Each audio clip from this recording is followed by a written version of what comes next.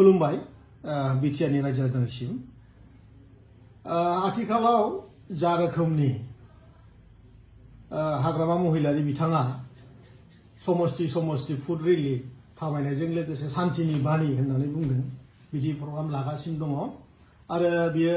गाबोन मसलपुर समस्तियाव जागोन होननानै जों मोनथिदों दा बेवहाय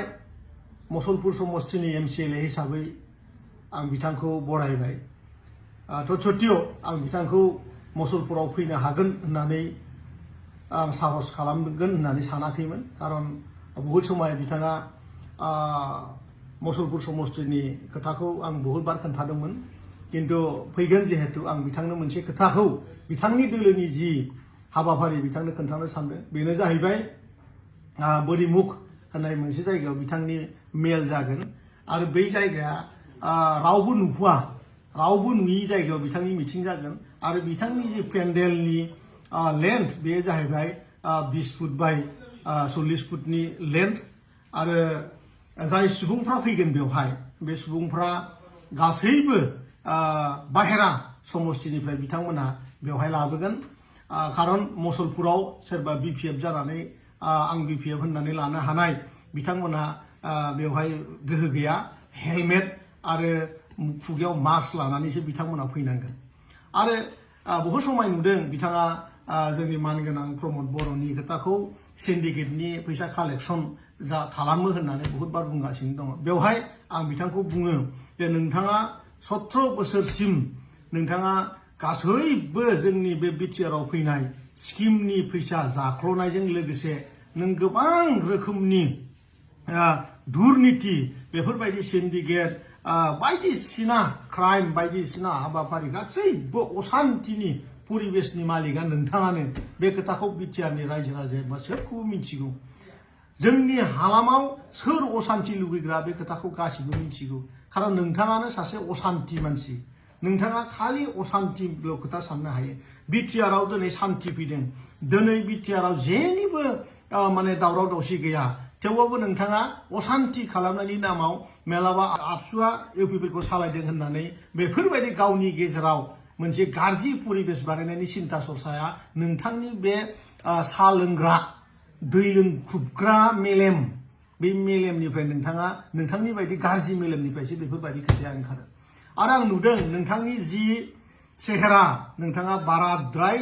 दै लोंनानै गिदिंथिंगासिनो दं आखायनो नोंथांनि रायलायनाय फाव नोंथांनि माने खावलायनि मोखांनि जि माने बुलब बुलाब अबस्था बेवहाय जों हमनो हायो नोंथाङा बाराद्राय दै लोंग्रा जादों आरो आं बेखौबो होनो जे नोंथाङा बहुत समय जोंनि ओनसोलाव फैनानै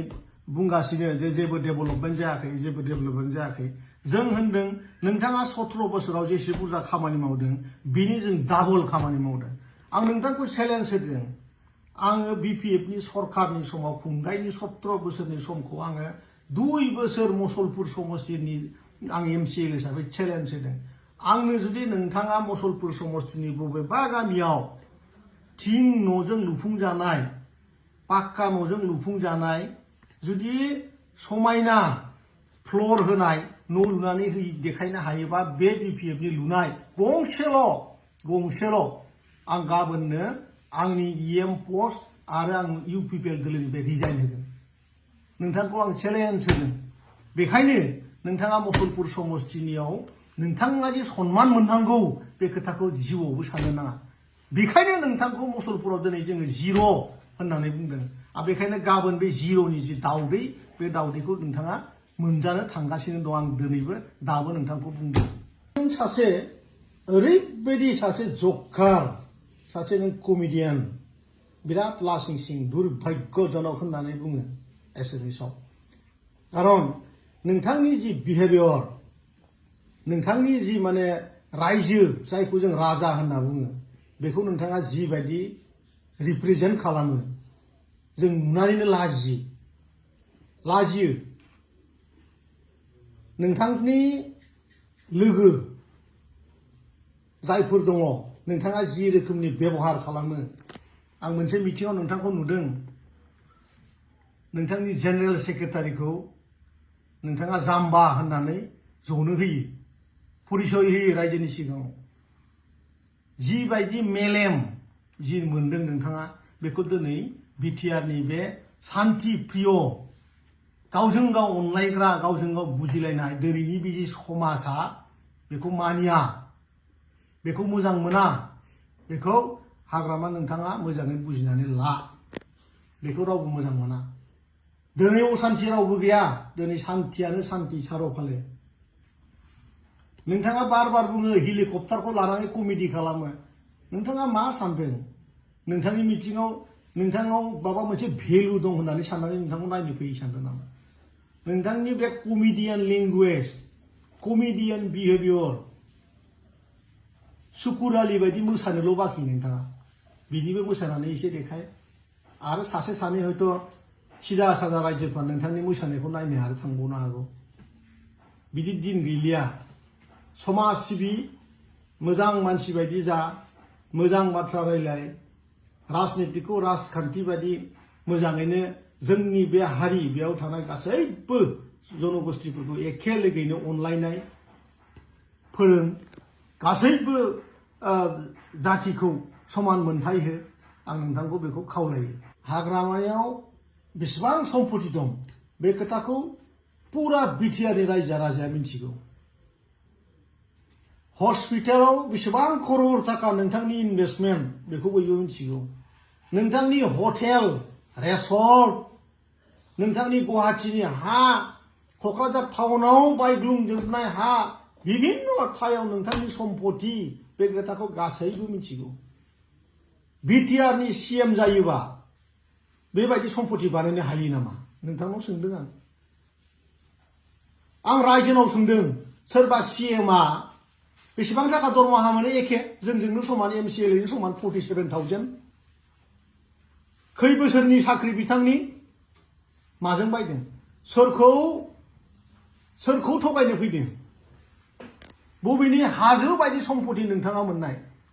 सोरखौ जाम्बा बानायनो फैदों बिटिआरआव गासैबो मिथिगौ नोंनि बिदि कमेडियान एक्टिभिटिखौ देखायनानैनो नोङो भट लानो लुगैनाय दासिमबो नोंसो जाम्बा रायजोआ जाम्बा नङा हाग्रामायासो जाम्बा रायजोआ जाम्बा नङा गतिके सोलायनायनि सम फैबाय नोंथाङा थाबैनो सोलायनांगौ बबेबा मोनसे चेनेलाव हाग्रामाया बुंदों जोंनि दिनाव क'क्राझाराव गोदो हा बायग्रा मेल्ला दंमोन आरो अमा दाउनि दामाबो गोबां जाबायमोन आं होनदों जोंनि समाव दिनै बिटिआरआव थानाय गासैबो एमसिएलए आरो जोंनि सरकाराव जायफोर थिखादारफ्रा खामानि मावदों बिथांमोना नोंथां बुंनाय नोंथांनि जि हा क'क्राझाराव बे हाखौ बायनो हानाय रावहाबो दाम गैया नोंथाङा जों मिथिगौ लकसभा इलेक्सनाव देरहानो थाखाय केम्पेनिं खालामनो थाखाय गोदो गोबां हा बायखानानै दोननाय हाखौ नोंथाङा फानफिननो नागिरदों नोंथाङा हा बायग्रा नागिरथिंगासिनो दङ जों खबर मोनदों मिथिगौ सैथो खिन्थु जोंनि दिनैनि जि कन्ट्रेक्टारफोर दिनैनि जि एमसिएलएफोर दिनै नोंथांनि हाखौ जों बायनो हाया दिनै नङा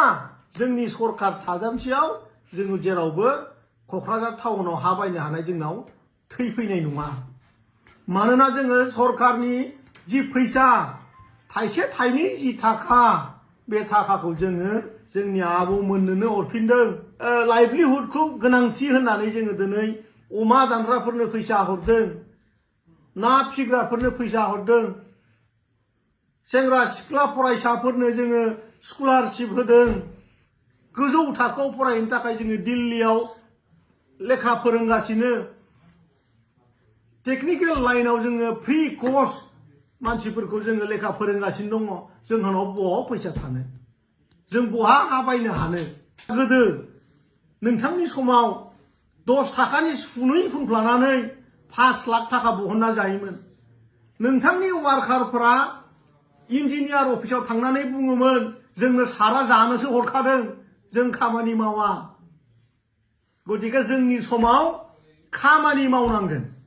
गासैबो समायना रमायना खामानि मावनांगोन जोंनि समाव रावबो जाख्ल'नो रायजोनि फैसाखौ मोननाय नङा बेनिखायनो जाख्ल'नो मोनिखायनो क'क्राझार टाउनाव बबेबा हाइवे खाथियाव जोङो हा बायनो हानाय जोंनि सरकार बेंग्रा आरो जोंनि कन्ट्रेक्टरफोरनावबो बे गोहोआ फैनाय नङा जों रायजोनि थाखा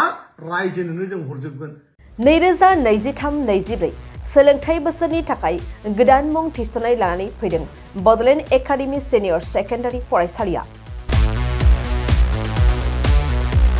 क'क्राझार जिल्लानि तिनिआलियाव थानाय बर' बिजोंनि बड'लेण्ड एकाडेमि सिनियर सेकेन्डारि फरायसालिया दायो केजिनिफ्राय 9 थाखोसिमनि गोदान मुं थिसननायखौ लागासिनो बड'लेण्ड एकाडेमि सिनियर सेकेन्डारि फरायसालियाव गुनगोनां सोलोंथाइ होनायजों लोगोसेयैनो नोंथांमोना बे फरायसालियाव थानाय जानायनि हस्टेल खाबुखौ मोननो हागोन बेजों लोगोसेयैनो बे फरायसालियाव एक्सट्रा टिउसन आरो इंलिश स्पीकिंग कर्सखौबो फरायसाफोरनो होनाय जायो